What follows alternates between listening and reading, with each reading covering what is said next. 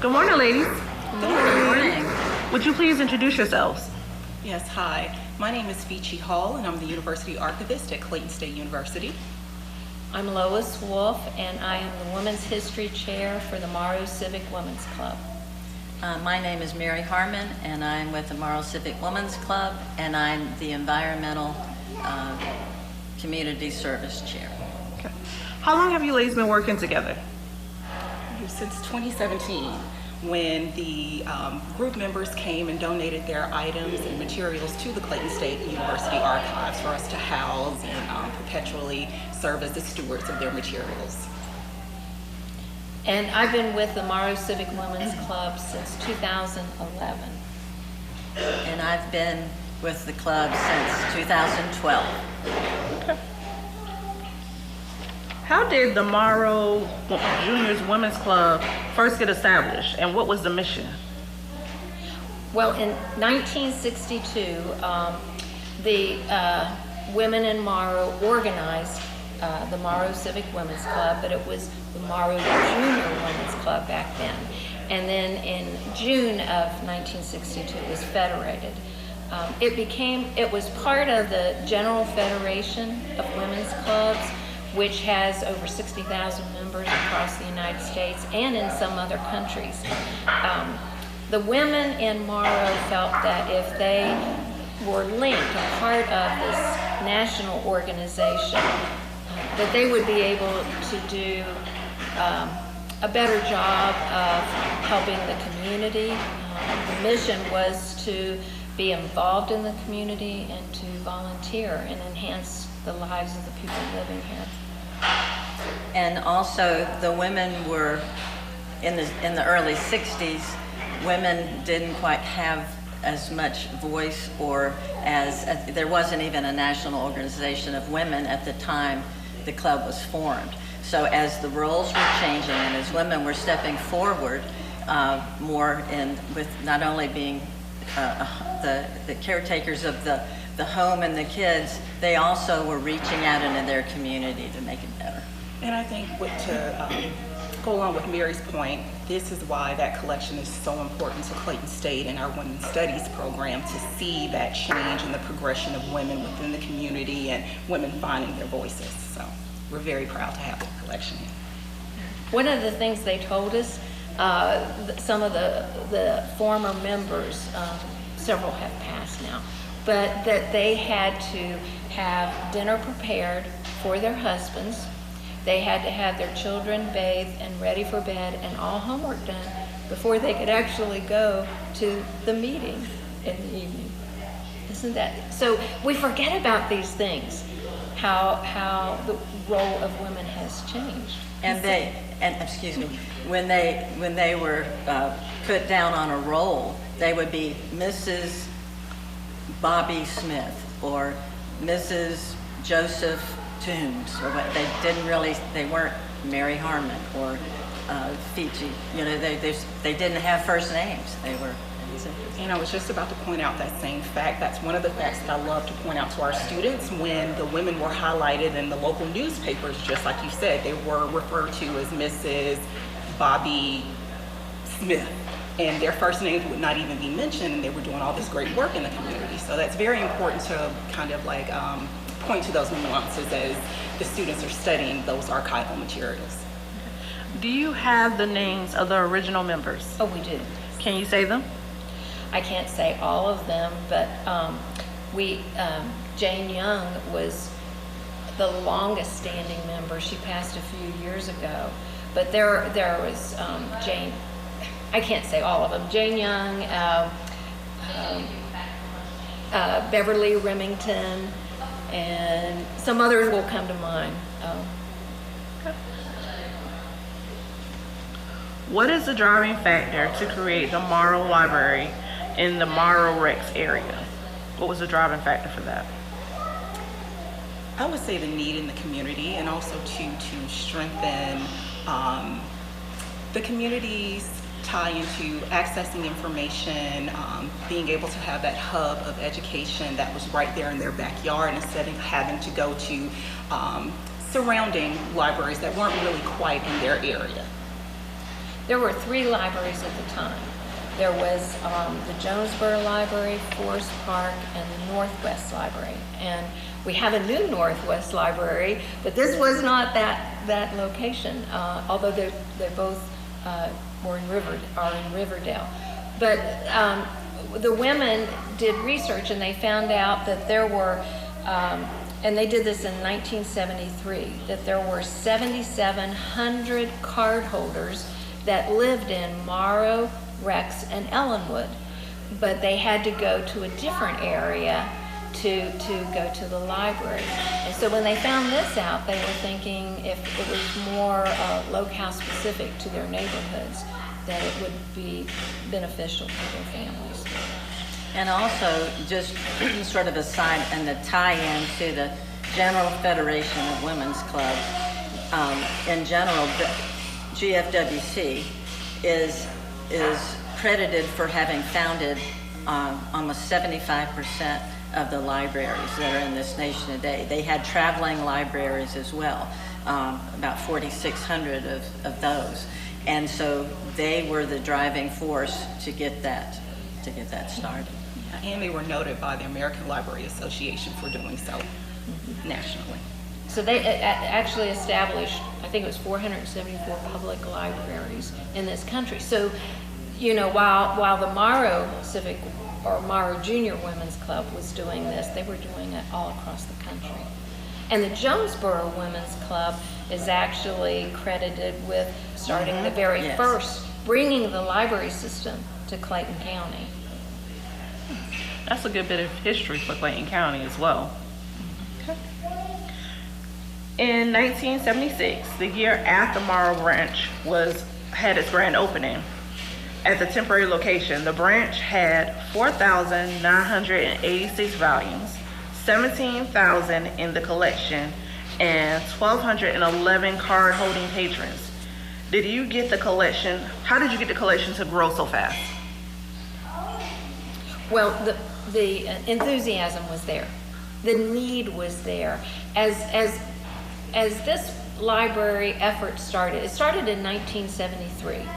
Okay, so the women were saying, we need a library. They were going out to the Board of Commissioners, to the library board, and saying, we need this branch. And so they were also speaking to other groups. And so the enthusiasm was there. They had done book collections. They did letter writing campaigns. Civic groups backed them, the PTAs in the area. And so they were collecting books at banks and at schools, and then, you know, it just grew. And it was a sense of achievement too. You know, when Care the Women had gotten this started, and so it grew fast. Yes, 1,200 card holders under a year is a great feat back in those days. I read in your compact that the literacy rate was very low in the area around that time. Do you have any information? Do you want to speak on that? Well, they used the illiteracy rate as a point as to why the library was needed. You know, we didn't have internet back then. So, you know, you had to think, this was early 70s. And so you came to the library to research, to study. It was a social time for families. And so when they looked at the schools around, they were looking to see how can we improve our community? How can we improve this? And so, you know, that they use that illiteracy rate to support their data. Okay. The Morrow Junior Women's Club in Morrow Branch has a long history. What other areas in the county did you guys assist with? Well, the Morrow Junior Women's Club changed as the women aged. They became the Morrow Civic Women's Club, And throughout the time that we've been in existence, we've helped at elementary schools. Like, for instance, we do Mount Zion Primary. We assist them with backpacks and school supplies. Magara Elementary, we've had art contests and provided them with art materials. And so the homeless shelter in Forest Park, the Calvary Refuge Center, we support that with meals and clothes. And you might want to talk about Sparkle. Well, and Sparkle Adams, who's the executive director of Walking in Authority Teen Council. We met Sparkle, she's the executive director. We met her during a litter pickup in the community of Morrow. And so we have worked with her and her group, and just recently the teens did student voter registration for their peers who were turning 18, and we provided the vote cards. So they were writing notes, encouraging the teens who are going to be eligible to vote in this presidential election to do that. We supported that. We also, this is October, and it's Domestic Violence Awareness Month, and we do a lot of information about that. But with Sparkle, she's retired elementary, and so we have cup sleeves for the Department of Defense, so that if you're a male or a female and you have been a victim of domestic violence, it has the hotline on there. We've promoted information about, in the community, quick trips are safe places, and just different things that we can. We with veterans, we've done a lot, and in November we're partnering with the Quilts of Valor group, and so we're going to be honoring at a ceremony at our meeting some of the veterans in our area. We do a lot of things, and it's not just local here. We also, when we do things with the college. Yes. One of the biggest things that they do with the college is a yearly scholarship that they give to women who are returning students to Clayton State to help them fund their education.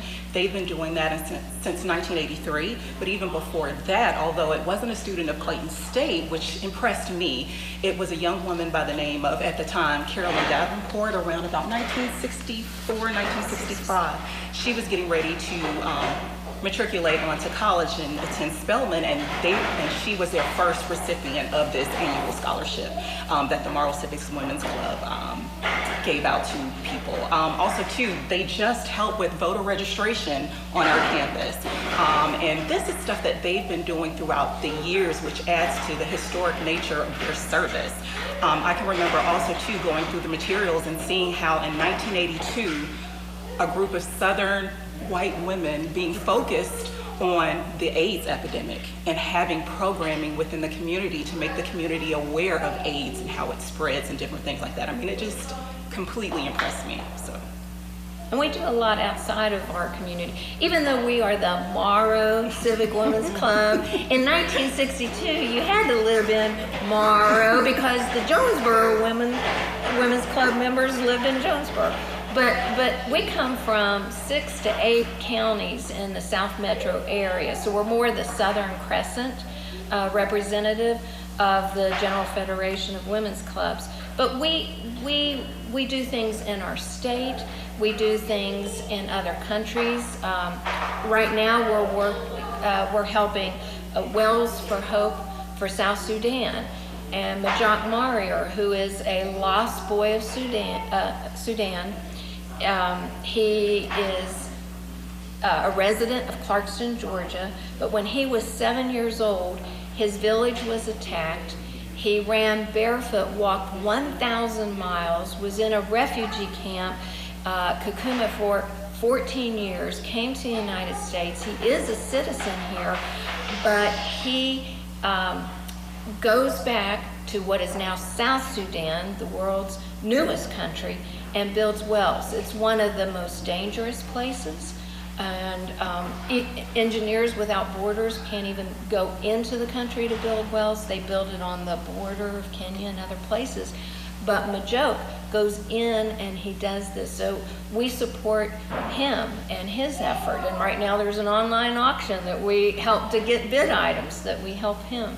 You know, we work with Heifer International, Shop for Life. We work through the Legislative Action Center at headquarters in Washington, D.C. And this past year, by encouraging women in the state of Georgia to contact their representatives about Senate Bill 324, which spoke to address confidentiality of domestic violence survivors, we were able to help get that bill on the floor, voted on, passed, and as state legislative chair, I got to stand in the governor's office when he signed that bill into law. So we do a lot, and there's probably more. We work with the Good Shepherd Clinic Good Shepherd, yes. in Morrow. I mean, there's a lot that we do, and we're just a little group. You know, we need a lot more ladies to come join us, because some of us are getting old too. So, And that leads me to my next question. So it's a three-part question. The first part is, how do you join the Morrow Women's Civic Group? come to a meeting. Contact us, email us. We have a website. We have a website. It's mcwcga.org. We do meet at the First Baptist Church of Morrow on the first Thursday of the month, except in July. But the important thing to note is, as part of the General Federation of Women's Clubs, we are non-denominational, we are non-partisan, we are just a group of volunteers across this country. So that happens to be our meeting place. We meet at 5:30 on that first Thursday, and it's for social, and at 6 we're working on service projects and just talking about our programs. Like this past October, one of our projects that we did was for women, for families or people in nursing homes. Oh yes, we had a just to prepare things, to just decorate or give them something for the sense of the season and what time of year it is, and just to give them something special, because unfortunately some of our elderly may be in places like that, but they might not have the family support. So we try to lend that as a community and help them feel a part. And we also constructed for Domestic Violence Awareness Month birthday boxes to take to the local shelters, and just so that the children that are there, can have a special party. It has everything from a birthday cake mix to cards and toys or books, whatever they can use for different age levels.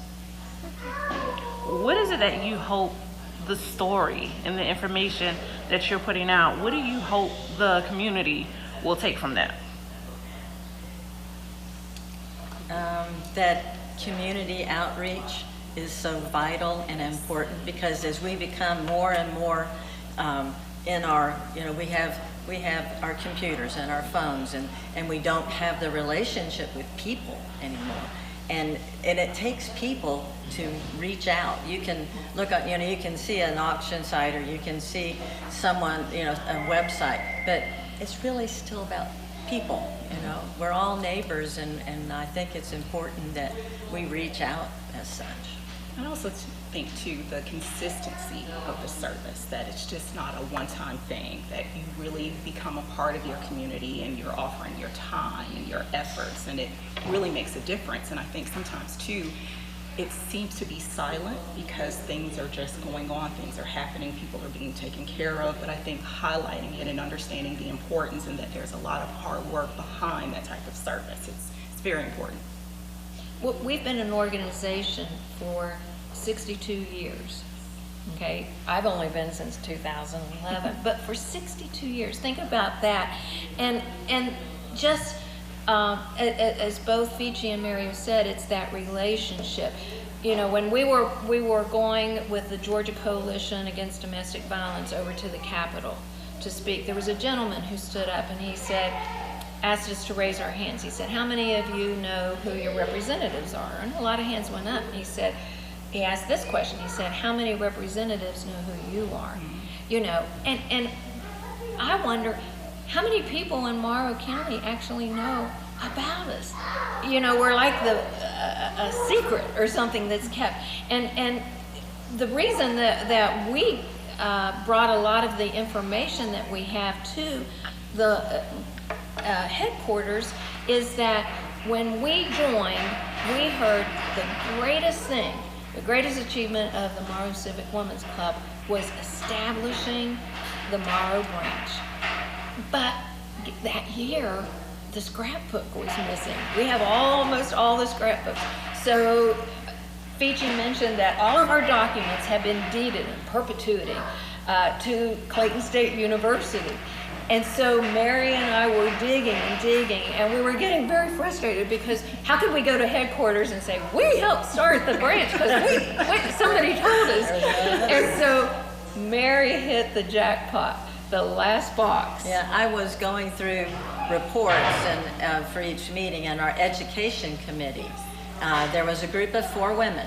They were the ones that started, and I can't call their names, but there were 4, and they started that that petition, that call to do it, and so from there, you know, it kind of went. And so we have the documentation. We have a notebook on another table with all of the things that were in the newspaper and all of the efforts, letters from PTA presidents. But we had the proof that we actually did this. And this coming August 2025 is the 50th anniversary of the Morrow branch. And so we want somebody to know that. We knew about the Jonesboro Women's Club, you know, bringing the library system, but the women here who worked hard. And Mary said, you asked us what do we want people to know about this, or how, she mentioned that the education committee had four ladies, okay? And so I brought with me, and you've probably heard this, the Margaret Mead quote that says, never doubt that a small group of thoughtful, committed citizens can change the world. Indeed, it's the only thing that ever has. So as one person, you have a voice. When you join others, you have a powerful voice, and we have the voice of the women by being in this group, and then you have the federation behind you. You know, you can make a big difference in this community, and so that's what we hope. We hope people will join us. We're going to keep doing, you know, what we do. A gentleman who's an original plaintiff of Brown v. Board, John Stokes, he always says, keep on keeping on. And so we're going to keep on keeping on, but we would love to have others join us, and then also celebrate the Morrow branch, 50th anniversary next year. So with that being said, with the Morrow's 50th anniversary coming up, what are some of the activities that you guys have planned? Well, we're definitely going to do an exhibit to kind of showcase the history and also the creation or the thought behind the need for the Morrow Branch Library within Clayton. We also plan to have outreach events and different things like that. So some of those things are still in development and shaping, but we're very, very excited. I heard mention of a sing-along story time. Is that a thing? Is that happening? Mary is the musician and singer. I'm going to just support her. So, well, we're going to hope to use the library as a jumping off place. Everybody can come, and then we can go and do things. And so they're going to have a neighbor. Will you be my neighbor? Will you be my neighbor? Story time. We have Lois contacted a fireman who's going to be with us, and we don't know if we're going to get the fire truck or any sort of vehicle there. That would be great. And then I am going to play guitar and sing, Will You Be My Neighbor? It's kind of a little offshoot of Mr. Rogers a long time ago. And Daniel Tiger. It's Daniel Tiger, and he's an animated version of Mr. Rogers, I suppose. But I'm going to be doing that. And we're going to assist Ashley Nealon Mullen, who's the youth services library assistant. Wonderful lady. And we're going to assist her, so she has crafts that we're going to do. And we're just going to be the hands. We used to do this. COVID came, and then that just kind of took us out of commission. But we're back. We're back to support the Morrow branch and Being the hands and feet. yeah. How can people participate in the online auction? Oh, well, you only have, I think, 8 or 9 more days. Go to the Wells for Hope for South Sudan Facebook page. And there are different organizations like Wells of Hope. This is Wells for Hope for South Sudan. And just click on it, and we have all kinds of things on there. I mentioned John Stokes, the original plaintiff of Brown v. Board. His book, Students on Strike, is one of the bid items, signed by the authors, and you also get to have a conversation with Mr. Stokes. He was born in 1931. He was just at the 70th anniversary of Brown v. Board at the White House this past year, and he has a lot to share. In 1951, his high school went on strike for equal facilities, not for integration, and he will make that point clear. But he worked with the very first NAACP leaders, Martin A. Martin, just Spotswood Robinson, and they were able to become the Virginia case, the only case in Brown v. Board led by students. And so you can bid on a conversation with him and get a signed book. So go to Wells for Hope for South Sudan Facebook. That's very interesting. Okay.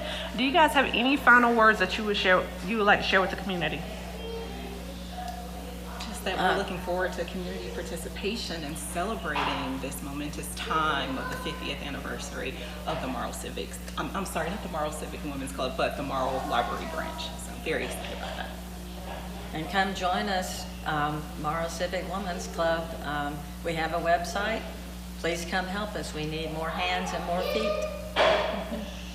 And just reach out to neighbors. You know, it's a time when there's a lot, I don't know if it's hostility, but it's just not neighborly, you know, and it's polarized. Yes, That's the word, you know. So come and be part of a nonpartisan group who's just trying to make a difference in whatever way we can, and let's support others who need our help. You know, at times I think, I'm retired, but I'm too busy for this. I can do this at my church. I can do this on my own. But there's something about working with a larger group of women that you can network with and connect with, and it just makes a difference. So join us, please. So just to be clear, do you have to be a resident of Morrow to join your club? No. Just If you have a vehicle and you can get to us, that's it. We meet on Lake Harbin Road, and if you really need a ride and you can't, we'll come pick you up. You know? and we do a lot of things all over like a 7-county area. So it's not just specific to Morrow. Right. We do a lot in Clayton County, but we also serve. We were talking about domestic violence shelters in Fayette County and Henry County. So we're reaching out to different areas and across the nation, really, in some of the work that we do. So one last time, what's your website? Our www.mcwcga.org. All right. It was a pleasure speaking with you ladies today. Thank you. It was Thank a pleasure you. talking Yeah, to it was you. great.